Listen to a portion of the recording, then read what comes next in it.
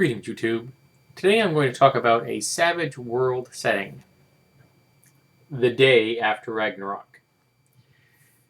This setting takes place in a slightly different World War II than the one we had. In it, the Allies are flying a plane towards Berlin with an atomic bomb on board. They've had it with Hitler, and they're going to take him out in one big bang. Now, Hitler has seen the writing on the wall, he knows what's coming, and he's decided that if I'm going, everybody else is coming with me. And as he's been studying the occult for his entire life, he decides that he's going to give it a try at summoning the Midgard Serpent.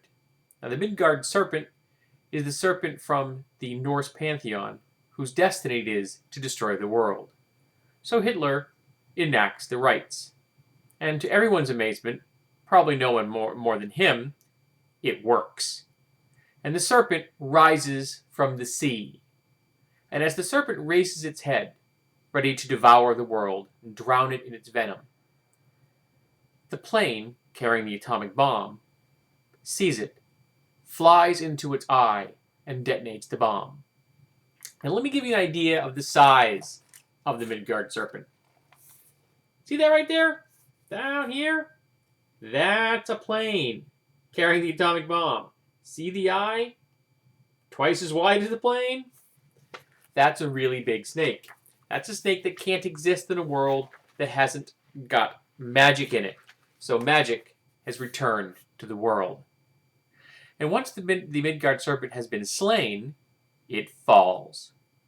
And when it falls, it reshapes the very world as we know it, causing a tsunami to race across the Atlantic, carrying with it a cloud of poisonous and radioactive venom. And when it hits the East Coast, see the East Coast? Everything east of the East Coast, east of the Rockies, is gone or significantly altered. All the cities are either completely independent now or just wipe it off the face of the planet. There is no infrastructure left. It is a true post-apocalyptic wasteland. West of the Rockies is the remains of Canada and the United States. It says South America takes some of the brunt. They're in pretty bad shape as well. But a lot of the structures that existed during the war are still there. There are still Nazis there. Because while the German nation just disappeared, the Nazis weren't defeated. And they're out there still. If you look over here at the corner, whoops, sorry, right here, that big thing, that's the snake's body lying across the entire continent of Africa. It's a really big corpse.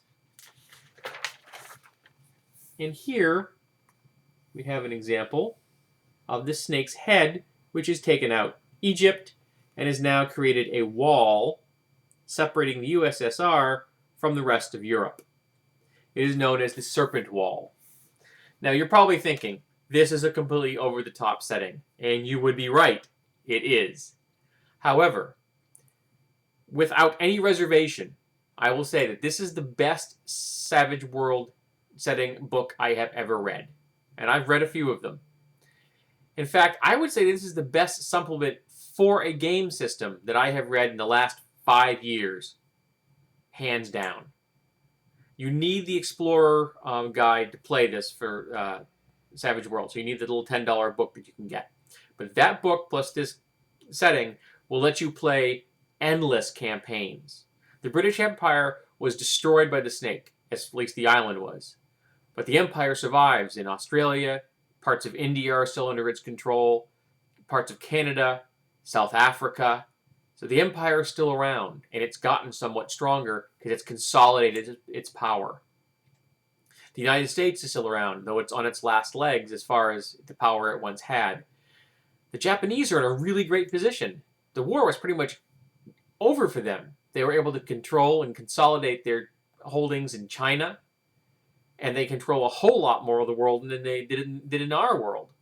The British have signed a peace treaty with them, or at least an armistice, and they now control hunks of China and Korea. So they're in a position to be a problem for everybody for years to come. The Soviets are still there, hiding behind the Serpent Wall, doing their machinations and planning to overthrow the world and turn it into a Soviet state. The Nazis are still kicking around. There are serpent cults everywhere because magic has returned. Arcane magic, divine magic. The Soviets have unlocked psychic powers. And there's biotechnology that's been mined, literally mined, out of the corpse of the serpent. People are drilling into the corpse to bring out its blood and use it as oil because the world needs fuel. It is a wild and wacky setting, and it is absolutely the most beautiful thing I have read in years.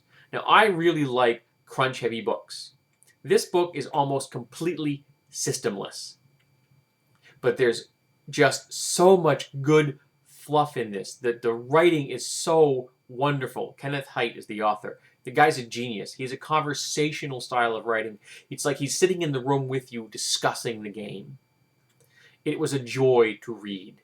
My only negative about this book is that the font size is, again, too small for my eyes. I had to use a magnifying glass to read the entire text. There's so much to do here. You can be hunting Soviet spies. You can be hunting down Nazis. You can be trying to save black people from the new Confederacy, which has raised its ugly head in the South, who have embraced the snake cults. You can be trying to save the United States and reclaim power. You could be fighting the Mexicans because they want their holdings that used to be theirs back that are now currently in dispute as far as they're concerned in the North American continent. Texas is almost an independent state, and the Utah didn't fare that badly, and they're looking to become independent as well. Said you can fight the Japanese. You could do Indiana Jones kind of things. This setting is like Thunder the Barbarian and World War II combined. It is just full of so much cool stuff. And they don't ignore the fact that in the North American continent, there were 450,000 German prisoner of war camps. And they're all loose now. What are they doing? Do they just want to get along? Do they want to go home to a home that doesn't exist? Or are they trying to make America the new fatherland? This setting has so much to offer. It's got random charts for helping to create settlements in the post-apocalyptic setting of the U.S. It's got random nasty monster charts for creating mutant snakes and creatures that have been affected by the radioactive venom. It's got a plot randomizer system in the back where you roll like 10 or 12 dice, and you take the rolls, and you look at the chart, and you just pull different plot elements, and it helps you connect them together, and within minutes you can have a plot device for an adventure when you're out of ideas. It'll generate ideas no matter what. This is the best setting I have seen in years. It is absolutely vital that anyone who has Savage World own it, and I would recommend anybody that is a lover of good gaming products buy this book. And if you're a post-apocalyptic fan like I am, this is also a must-have. Go out there, folks. Get this book. It's worth it.